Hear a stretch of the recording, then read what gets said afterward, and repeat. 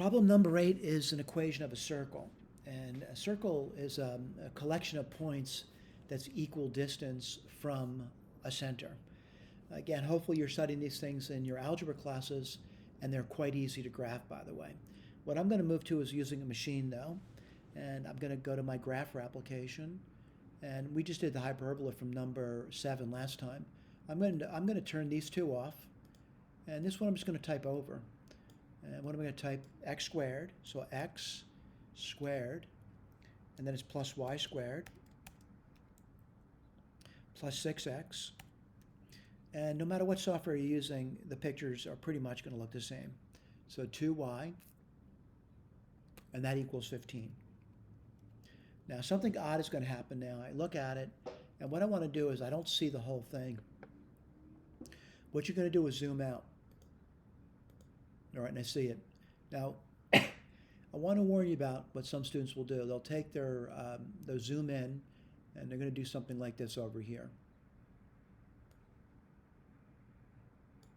Right? And then they say, oh, that's not a circle, that's an ellipse. And they can even make it more, let me just zoom out a little tiny bit, make it even worse than that.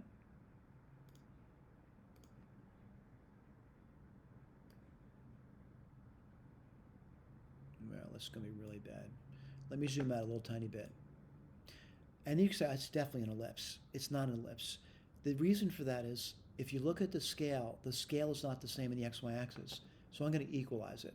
Once I equalize it, where x and y have the same scale, you can clearly see this is going to be a circle. Now granted, hopefully you're studying these things in your algebra class where the teachers are teaching you about the distance formula, about the equal distance between the center and any point along the edge of the circle, and it's very easy to derive, and also graph circles. It's super easy to graph them. So what we're doing over here, we're kind of learning technology. Now, if you were doing this by plotting points, nothing wrong with that, but it's a little bit difficult, all right? But anyway, this is a circle, radius 5, centered at minus 3, 1. They do give me a picture, and the reason we give you pictures is, a lot of times you might graph it and wonder, do I get the same picture I have? Well, let's take a look. It's figure 228, and that's a picture over there.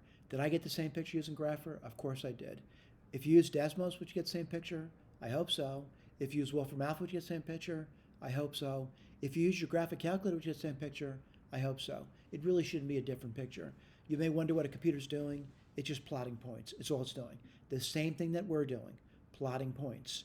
After it plots the points, what does it do? It connects the dots, just like we did for problems 1 through 6. Not much difference there.